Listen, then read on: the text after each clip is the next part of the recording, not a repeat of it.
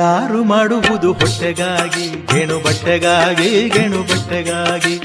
ಎಲ್ಲಾರು ಮಾಡುವುದು ಹೊಟ್ಟೆಗಾಗಿ, ಗೇಣು ಬಟ್ಟೆಗಾಗಿ, ಗೇಣು ಬಟ್ಟೆಗಾಗಿ. ನೆಲ್ಲುಗಳ ಕುಟ್ಟಿಕೊಂಡು ಬಿದುರುಗಳ ಹೊತ್ತುಕೊಂಡು ಕೂಲಿಗಳ ಮಾಡುವುದು ಹೊಟ್ಟೆಗಾಗಿ.